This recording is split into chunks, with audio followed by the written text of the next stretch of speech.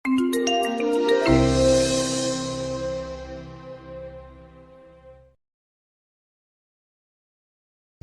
persilakan seterusnya kepada Ibu Dr. Koni Rahakundini Bakri untuk menyampaikan paparannya. Beliau tidak asing lagi bagi kita. Silakan Bu, 15 menit. Terima kasih Bu. Silakan. Ya, selamat sore semuanya. Saya mohon maaf dari tadi saya matikan kamera, tapi bukan tidak dengarkan. Saya dengarkan dari awal pembukaan hingga akhir barusan Pak Hendrajit apa yang disampaikan.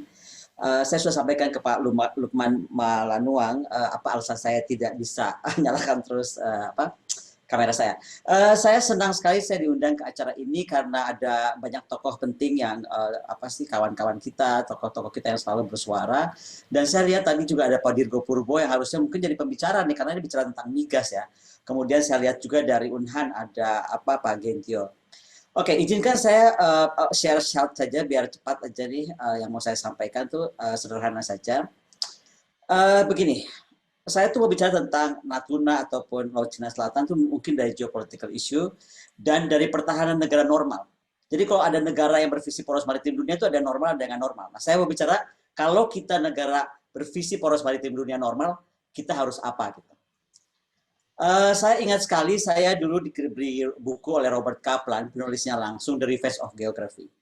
Buku itu cuma intinya satu aja, tidak boleh negara ataupun negara-negara di kawasan ini take the countries or the region stability for granted.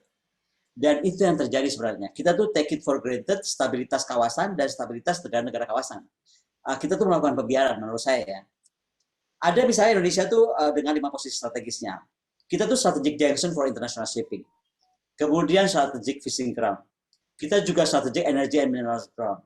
Kita juga strategic potential business. Kita juga strategic dari key partner, baik ekonomik ataupun militer yang tadi terangkan oleh Pak Hendrajit ataupun juga pembicara sebelumnya.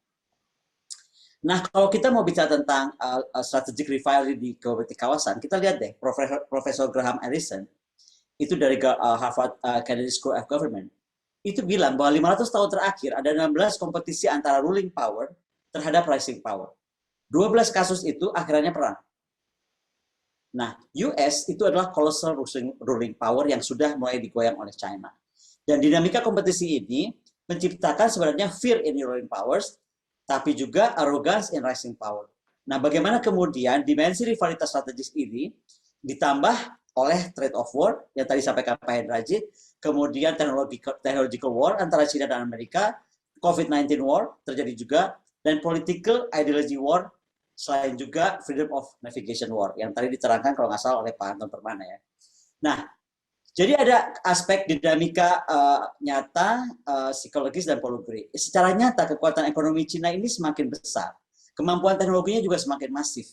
Kemampuan tempur militernya udah jangan ditanya lagi, PLA itu makin meningkat gitu kan dengan pesat. Dari aspek psikologi kita lihat misalnya bagaimana kedua pihak ini akhirnya satu sama lain ya udah melihatnya semakin enemy gitu. Oh, itu enemy gue, ini enemy gue. Nah, masalahnya adalah kan tadi disampaikan bukan cuma berdua nih. 2009 nanti saya akan lihat yang petanya. Saya udah bilang hati-hati kalau kita nggak cepat bangun kekuatan militer kita nih akan masuk coalition of the willing, gengnya itu tadi. Dan itu sudah terjadi sekarang.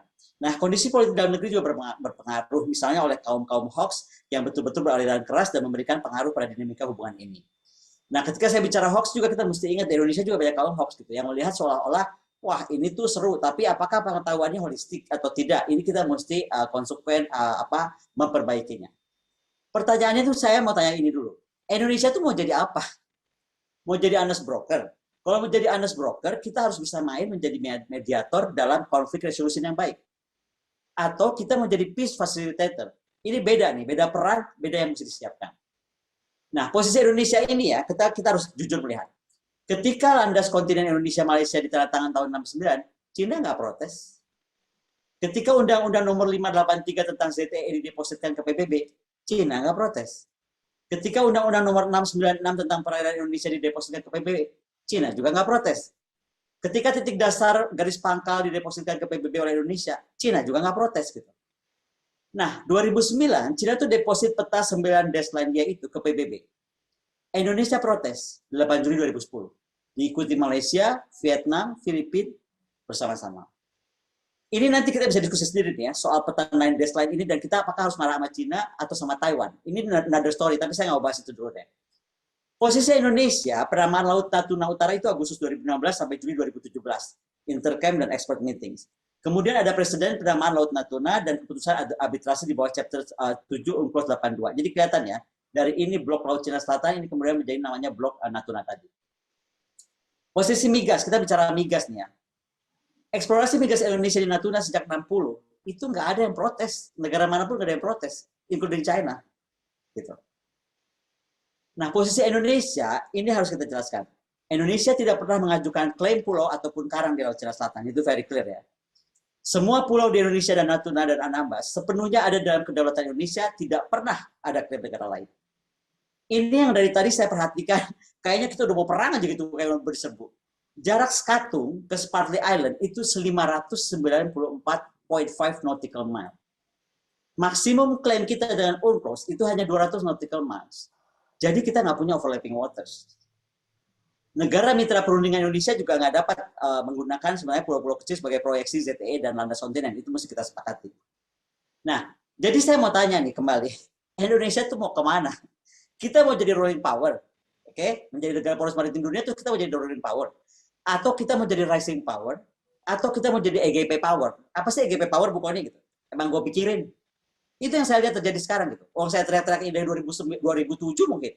Semua kayaknya, bukannya nakut-nakutin. Saya ceritain tentang petanya bakal seperti apa, bukannya nakut-nakutin. Menurut saya itu EGP power. Bodo amat lah gitu. Baru pada panik, baru pada bingung, begitu ada kapal-kapal berkeliaran gitu. Nah, kita tuh EGP Power kenapa? Udah jauh-jauh tahu dari negeri ini ada, dari Indonesia belum ada namanya sebuah kesultanan di Jepara. Itu udah tahu, ini posisi ini nggak akan bergerak, dan kemarin kita tahu kita tuh punya extended kita punya slot yang bagus, yang sekarang menjadi bahaya karena ada kebijakan extended security of slot dari negara-negara kuat. Kemudian security of resource flow resource flow. Kemudian kita juga freedom of the sea juga udah dibahas sejak kapan. Military build up juga sudah terjadi dari kapan tahu, dari mulai zaman kolonial juga ada military build up. Yang sekarang menjadi berbahaya, ada ADIS zone dan ada AMIS zone. ADIS itu di udara, AMIS itu di laut. Nah, saya perhatikan apa aja yang dibuat oleh negara Coalition of the Willing atau Amerika dan kawan-kawannya, itu di kopi Cina. ADIS dia buat di Laut Cina Timur. Saya udah bilang, siap-siap kita buat sesuatu konsep supaya Laut Cina Selatan nggak semakin berantakan gitu, ruang udaranya. Nah, menurut saya juga Cina akan melakukan MIS, Maritime Identification Zone, meniru Australia. 1000 mil dari pinggir pantai Australia, itu bisa mereka awasi penuh. Nah, Cina akan bikin itu. Apa kabar kalau dari Spratly dia tadi 1000 mil ke sini? Indonesia dikepung dari sebelah sini sama Australia, dikepung dari sini dari surveillance-nya China gitu. Nah, kemudian juga saya mau ingatkan ya, dalam satu rapat penting saya di Singapura, misalnya terkait perkembangan kawasan Malaka, bayangkan di tahun 2047, perkiraan kapal itu akan lewat tuh 316.000. Tapi di 2083, 1,3 juta kapal akan lewat. Kita mau buat apa dengan ini? Pernah nggak kita kepikir gitu? Kita tuh punya line of communication demikian strategis. Dan ini akan berimplikasi kepada Alki 2 dan Alki 3, nggak mungkin enggak gitu. Tadi juga disinggung oleh Pak Marwa Batubara ya tentang Eurasian Blue Belt. Saya mau tambahkan Pak, bukan cuma itu, kita juga akhirnya berhubungan dengan Consolidated Ocean Web of Communications.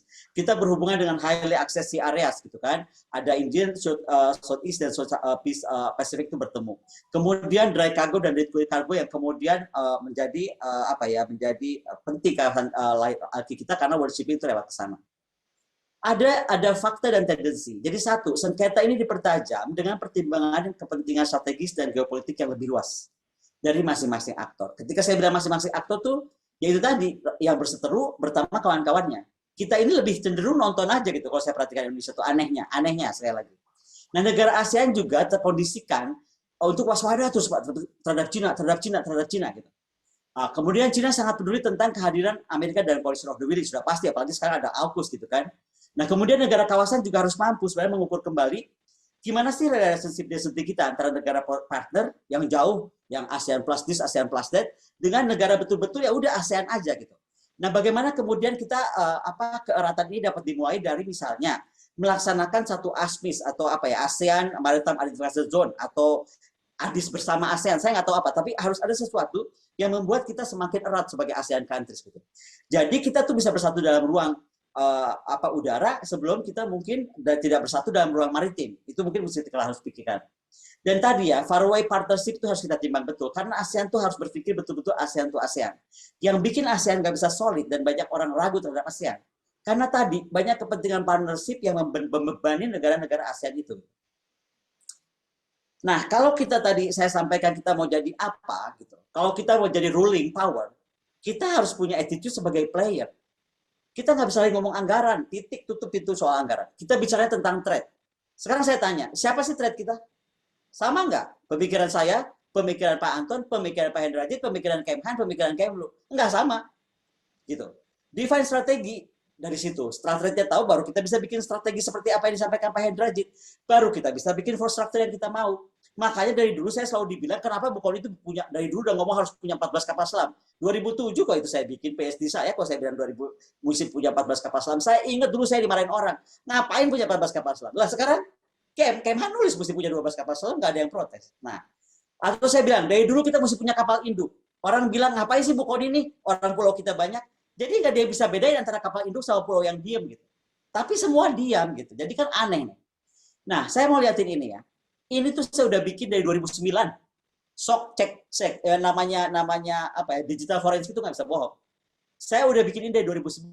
Ini loh yang akan terjadi. Jadi nggak usah kaget tiba-tiba Cina punya kapal induk, kemudian nanti Amerika datang yang saya nggak bisa ukur waktu itu. Ternyata Amerika bikin AUKUS. Itu saya nggak bisa hitung tuh. Ternyata dia bikin gitu.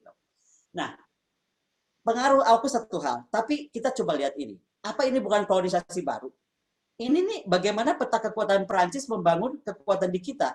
Siapa yang dilindungi oleh Perancis oleh pangkalan lautnya, daratnya, udaranya, itu pangkalan loh semua. Dengan kapal selam berapa banyak. Mereka hanya melindungi 1.200 orang Perancis yang tinggal di Pasifik. Indonesia ini berapa ratus juta orang. Seberapa banyak negara itu mau melindungi kita? Itu mesti jadi pertanyaan.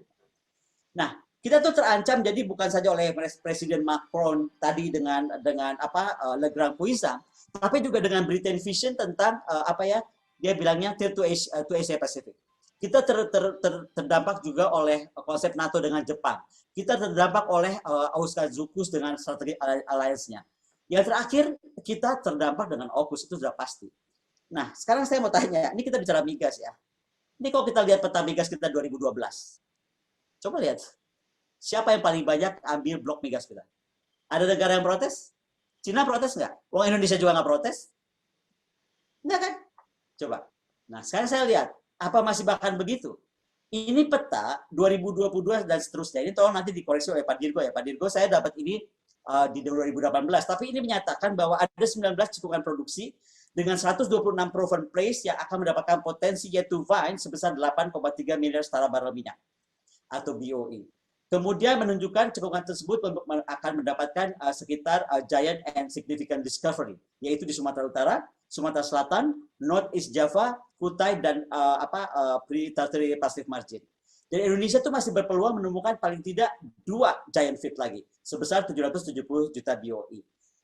Pertanyaan saya kalau kita tarik ini ya, saya tarik ke sini lagi. Nah, tadi terancam tadi antara Prancis lah, si Amerika lah, si Inggris lah, si Jerman lah, si Italia lah, semua udah mau ke sini kok negara-negara itu. Belanda udah bikin buku putih walaupun dalam bahasa Belanda, dia sedang bikin sesuatu gerakan ke kawasan ini juga. Jadi saya nggak yakin seterusnya dia akan damai seperti di sini. Nih, kita diam-diam aja waktu ini terjadi. Dan Cina juga diam, dia nggak marah nih, Indonesia didudukin Amerika semua nih. Migasnya gitu dan gas metananya, dia nggak marah, nggak bikin apa-apa. Dia baru 3 ini nih. Nah, jadi bayangkan kalau nanti di 2022 ini banyak sekali tempat-tempat baru. Oke, anyway. Jadi pertanyaannya, Indonesia tuh mau kemana? Coba ulangi lagi pertanyaan kepada diri kita sendiri. Mau jadi ruling power kah? Mau jadi rising power kah? Atau tetap mau menjadi emang gue pikirin power yang kaget-kaget terus tiap saat ada kejadian gitu. Nah, kalau kita mau jadi ruling power, kita mesti punya sistem thinking, berpikir negara ini mau kemana sih dengan misalnya menjadi visi poros maritim dunia. Visinya tuh mesti jelas. Misalnya PMD, maka harus ada national strategic aim-nya itu apa. Kemudian national foreign policy itu bagaimana. Baru kemudian national security policy, bagaimana, ini saya bikin sampai saya bikin bukunya. Nih. Ya, kelihatan nggak? Ini bukunya bilang sinergi antara Global Maritime Fulcrum TNI dengan Democratic Policing Polri. Itu mesti bersinergi, nggak mungkin satu sama lainnya itu saling saling berebutan tempat. Nah, kalau kita bisa berpikir ini, kita bisa berpikir semuanya dalam kaitan satu sistem, sehingga tahu apa sih yang kita perlukan, design operation apa yang harus TNI buat, lalu resource apa yang kita perlukan, lalu BRIN itu mesti ngapain, dan itu semua akan kelihatan dari sini. Sebenarnya ini saya cuma sampai system thinking, karena saya ngajar di ITB untuk ini ya, tapi saya belum sampai ke di SODS. SODS itu adalah System of Dynamic System. Ini lebih complicated lagi. Tapi dengan sistem ini, kita bisa lihat sebuah framework ini, bagaimana sebuah sistem memperkuat kelemahan sifat pendekatan strategi konvensional yang sekarang terjadi. Kebijakan kita terjadi itu karena kita nggak pernah berpikir holistik. Kita nggak berpikir dengan sistem tinggi, kita nggak berpikir dengan SODS. Padahal kalau kita pakai SODS, kita bisa melihat posisi strategi sebuah konflik, dan rekomendasi kita itu bisa strategik dengan alat ilmiah, bukan alat emosi. Gitu. Nah, saya mau bilang bahwa tujuan perang laut, kenapa kita mesti punya TNI yang kuat itu banyak. Tapi saya mau bilang 3 aja lah.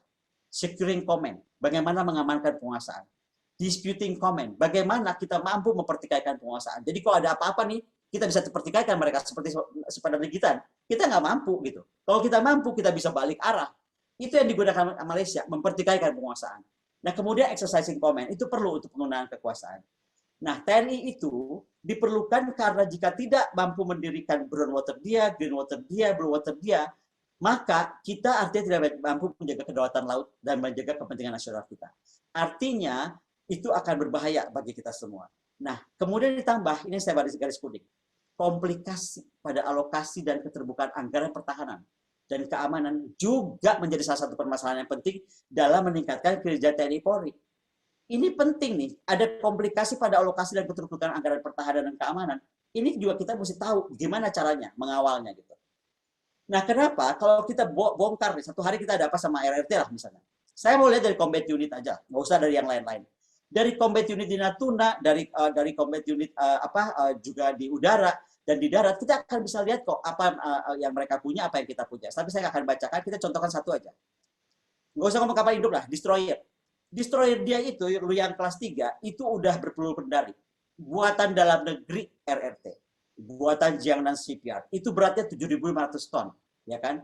Senjatanya rudal anti pesawat, rudal anti permukaan, senjata anti kapal selam, cannon pesawat jarak pendek. Angkut pesawatnya helikopter. Kemudian fasilitasnya hangar landing pad. Kenapa saya tulis ini? Semua buatan dalam negeri. Semua buatan dalam negeri. Jadi dia nggak usah ketakutan mau ngapain juga, dia bisa bikin sendiri. Nah, ini yang mau saya bilang, Indonesia mau jadi apa? Mau jadi peace facilitator atau mau honest broker, karena beda pendekatannya. Kalau peace facilitator, kita punya masalah. Indonesia menghadapi defense and security dari apa?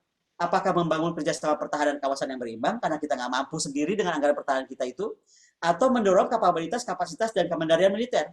Yang tadi saya ceritakan, Cina bisa gitu. Intinya, ketika kita mampu merumuskan ancaman khusus dan umum, kebutuhan operasi dan alutsista yang diinginkan, kita kemudian tahu mana anggaran yang kebutuhan anggarannya, mana anggaran yang harus prioritas, mana yang tersedia. Jadi, saya masuk sini nih. Contoh ini nih. Kalau kita negara normal, poros maritim dunia, ini yang kita mesti punya. Destroyer kita mesti punya 18. Frigate kita mesti punya 24. Corvette kita mesti punya 69. Kapal cepat rudal mesti punya 42. Contoh aja ya, wing penerbang angkatan laut. Pesawat angkutnya mesti punya 120, pesawat patrol maritim 24, gitu kan. Helikopter sedang mesti punya 24 lagi. Ini saya cepat aja deh. Tempur coba, pesawat tempur. Skuadron amfibi dia mesti ada berapa deh? Landing platform docknya mesti 15, landing ship tanknya 90. Ini ngitungnya susah loh. Saya cuma bikin cepat aja supaya bisa kebayang apa yang kita perlukan gitu. Untuk misalnya total kekuatan penerbangan laut aja kita punya 120, harus bangun 129 kapal. Untuk total kekuatan tempur laut kita mesti punya harus bikin 170 jenis kapal gitu. Ini saya cepatkan. Untuk marinir beda nih ya. Dia perlu main battle tank. Dia paling nggak di per tahun kita perlu 15 tambahan. Light tank perlu 30. Jadi mau saya cepatkan lagi tambah AU. Karena sekarang nggak ada kekuatan laut itu bergerak sendiri, didukung kekuatan udara. Skuadron tempur kita mesti punya F-16 34 buah gitu kan. Ini Hawk boleh lah diganti. Katanya sekarang diganti sama Rafale. Saya dapat bocoran. Oke, mau diganti Rafale. Berapa banyak Rafale? Sukhoi kita mesti 11. And this and that. Intinya, kita tuh semua kebutuhannya tuh akan banyak sekali nih. ratusan. Kalau kita serius kepada defense industri, ini tuh menghidupkan karyawan, menghidupkan ekonomi. Jadi yang diharapkan Presiden Jokowi defense spending itu menjadi defense investasi, kalau kita serius ke sini. Nah, untuk tahu ini, kita mesti ngobrol sama Asrena. Asrena darat, Asrena laut, Asrena udara. Nggak bisa tiba-tiba dari laut, dari Kemhan, doing, keluar aja, pengen ini, pengen ini, pengen ini. Asrenanya kaget. Loh, itu apa gitu? Nggak bisa. Nah, itu yang saya bilang tadi, seberapa seriusnya kita mau jadi apa. Kalau enggak akan kemana-mana. Ini udah mau habis paparan saya cuma mau bilang begini. Ada 3 geopolitical question. Apakah konfrontasi dan kompetisi tidak dapat dihindari? Iya, nggak bisa dihindari. Tapi apakah perang dapat dihindari? Bisa, karena perang itu sebuah pilihan. Kalau kita mau hindari, bisa kita hindari. Tapi apa yang kita mesti perhitungkan? Miskalkulasi, 2 mispersepsi. menit lagi Bu, mohon maaf Bu. Ya saya tahu Pak, udah tinggal 2 slide terakhir. Misunderstanding dan ikut-ikutan berkomentar tanpa pengetahuan yang lebih jelas gitu. Dan menyedihkannya kadang-kadang sekarang akademisi dianggap lebih bodoh daripada orang yang bisa nulis atau cuma bisa malas-manasin, ngeselin gitu loh. Nah, sekali lagi ya, saya mau tanya, soft power itu kita perlu peace dialogue, initiator dan host, atau peace generator. Ini saya udah kasih nih, tambah mau jadi apa? Kita harus reduce, reuse, dan recycle. Mampu menggunakan sebuah kesatuan sejarah dalam kekuatan maritim ini sebagai sebuah kesatuan ASEAN-China Cooperation Friendship. Jadi kita bisa bikin begini nih. Kalau tadi nggak mau nguatin militernya, kita kuatin diplomatiknya. Bagaimana air defense and defense zone, bagaimana peaceful pool of history, bagaimana strategic food reserve, bagaimana strategic energy reserve, bisa kita duduk bersama dengan China dan ASEAN. Karena apa saya bilang tadi, coalition of the willing sudah sangat tidak seimbang dengan kekuatan coalition of the non-willing. Saya rasa itu aja. Terima kasih.